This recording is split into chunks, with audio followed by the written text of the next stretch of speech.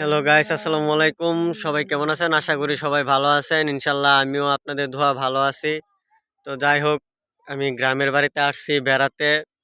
তো আসার সময় দেখলাম অনেক সুন্দর সরিষা ক্ষেত, সরিষা ফুল, তাই ভিডিওটা না করে পারলাম না।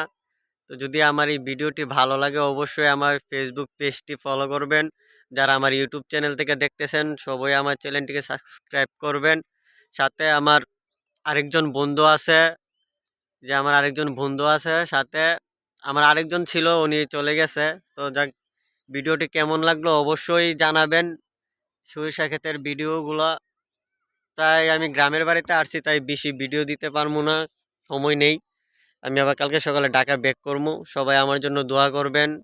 আর সবচেয়ে বড় দুঃখের সংবাদ হলো আমার একজন ভাতিজা মারা গেছে আগামীকালকে।